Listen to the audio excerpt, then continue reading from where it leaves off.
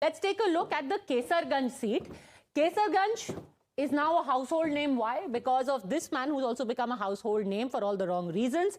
Brijbhushan Sharan Singh, the former chief of the Wrestling Federation, has now been ousted, is likely to be ousted from his Lok Sabha seat as well. But who is his replacement? Ketki Singh, his wife, is a likely replacement. Even his son, Karan Bhushan, is being sounded out. Harshvardhan ji, what do you make of this choice? मतलब अगर आप ब्रिजभूषण को हटा रहे हैं और उनकी धर्मपत्नी को ले आ रहे हैं, ये तो वैसे ही हो गया कि एक बार एक भाजपा के नेता ने एक अभद्र टिप्पणी की थी मायावती जी के बारे में, फिर उनकी धर्मपत्नी को टिकट दे दिया था स्वाति सिंह, फिर उनको मंत्री भी बना दिया. Does this fly with the voters?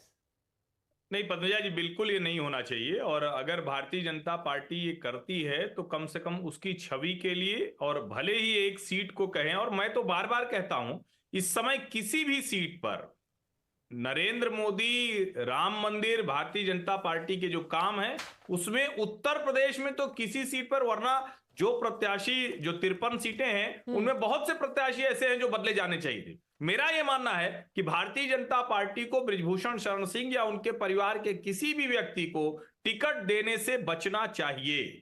और ये जिसको कहते हैं ना, कई बार आप परसेप्शन के लिए भी कई चीजें करते हैं, लेकिन कई चीजें परसेप्शन के साथ साथ पार्टी की पूरी छवि को तय भी करती हैं. बृजभूषण शरण सिंह आज वहीं पर खड़े हैं. केतकी सिंह पहले भी एक बार लड़ चुकी हैं जब बृजभूषण शरण सिंह जेल में थे, और चूंकि वहां ताकतवर माने जाते हैं, उनकी अपनी सीट पर उनका बहुत प्रभाव है. लेकिन वो जो उनका है ना, मेरा टिकट कौन काटेगा बताओ, पत्रकारों से जिस अंदाज में वो सवाल करते हैं, उसके बाद मुझे लगता है कि अगर ये टिकट देंगे तो ये बड़ा विचित्र सा होगा. And because it's not just about Brijbhushan Sharan Singh, Sanju Verma.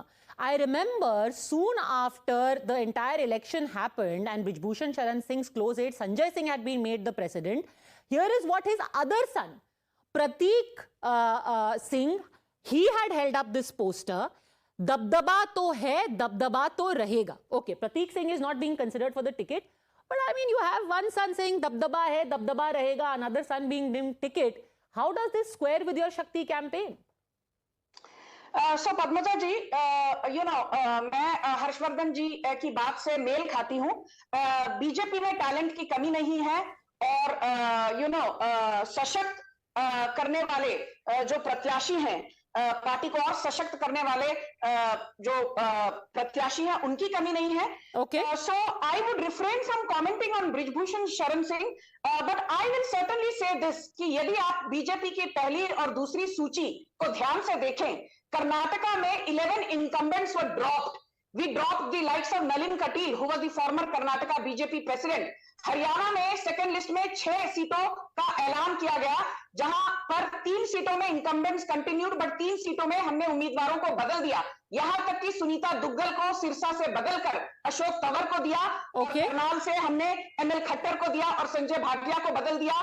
तो कहने का तात्पर्य यह है कि जो शीर्ष नेतृत्व है वो जब प्रत्याशियों का ऐलान करता है तो बहुत सोच समझकर many things come into the equation and it is then that a candidate is decided. But मैं हर्षवर्धन जी से एक बात कहूंगी, जब आप बृजभूषण शरण सिंह के खिलाफ बोलते हैं, और बोलना आपका हक है, though he has not been declared guilty, तब उतनी ही बुलंद आवाज से हमको कैराना में से जब बार बार समाजवादी पार्टी नाहिद हसन को प्रत्याशी बनाती है, उस वक्त लोग चुप्पी क्यों साध लेते हैं? हर्षवर्धन जी नहीं, पर आमतौर से मीडिया चुप्पी साध लेती है. Okay. इस बात से मुझे एतराज है. With the greatest of respect, I don't think it's a fair thing to say. Everyone raises questions about Irfan Masood also, about Kairana also. All those questions are raised and they'll be raised about Brijbhushan Sharan Singh also.